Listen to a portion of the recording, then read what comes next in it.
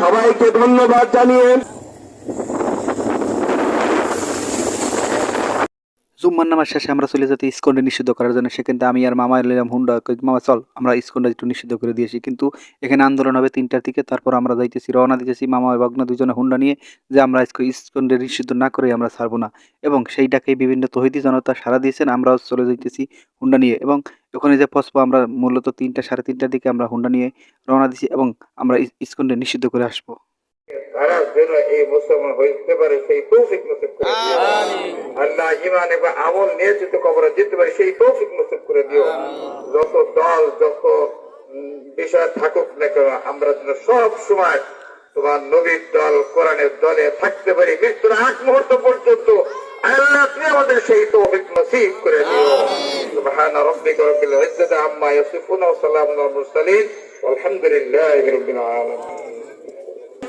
আজকে এই অনুষ্ঠান বিক্ষোভ অনুষ্ঠান এখানে সমাপ্ত। জুম্মার নামাজের পরে আসলে মূলত এই ইসকন নিষিদ্ধের দাবি ওঠে এবং মানুষ বিভিন্ন ধরনের স্লোগান দিতে থাকে। কিন্তু আমাদের সাথে কথা ছিল যে 3টার সময় এগুলো হবে, কিন্তু তারা এটা না করে জুম্মার নামাজের পরে কেউ মুসল্লি বাড়ি যায়নি, এবং ওখান থেকে মসজিদের দিকেই শুরু হয়েছে এই স্লোগান, এবং স্লোগানের চারিদিকে মুখরিত হয়েছে। কিন্তু আমাদের লাগে যে কথা ছিল যে 3টার সময় আসবে, আমরা অপেক্ষায় বসে রয়েছি, এবং আমরা 3টার সময় এসে দেখতে পারলাম যে আসলে মূলত আখেরি মোনাজাতের মধ্যে দিয়ে আসলে এই অনুষ্ঠান বা এই ইসকন দাবি যে নিষিদ্ধ করার যে দাবি, সেটা আসলে মূলত এখন যারা নিষিদ্ধর দাবি তুলেছেন মুসল্লিরা অবশ্যই নামাজের পর যার খাবার না খেয়ে আসলে মূলত এই অনুষ্ঠানে অবস্থিত হয়েছিল, এবং যার বাড়ি চলে যাইতেছেন। আর তার সাথে আমরা চলে যাইতেছি, কারণ দেখতেছেন সামনে আমাদের প্রচুর মুসল্লি, যে মুসল্লিরা মূলত ভাত না খেয়ে এবং খাবার না খেয়ে ওই টাইমে এসেছেন, এবং তাদের খাবার একটা টাইম হয়ে গেছে, এখন 4টে প্রায় বাজে। আমরা তাদের সাথে রওনা দিতেছি, সামনে প্রচুর জাম।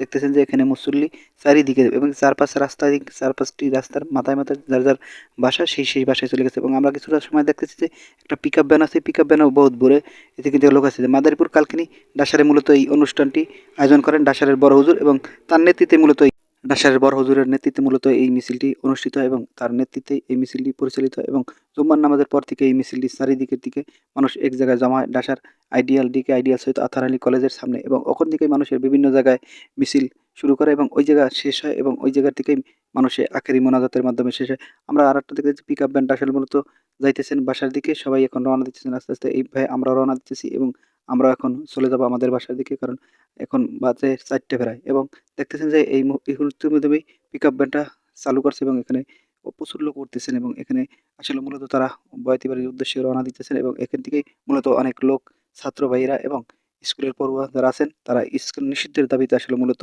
তখন জড়ো হয়, এবং এখন থেকেই শুরু হয়ে যায় বাড়ি যাওয়ার রওনা, এবং আমরাও তাদের সাথে মূলত বাড়ি যাওয়ার রওনা শুরু দেই। Gracias.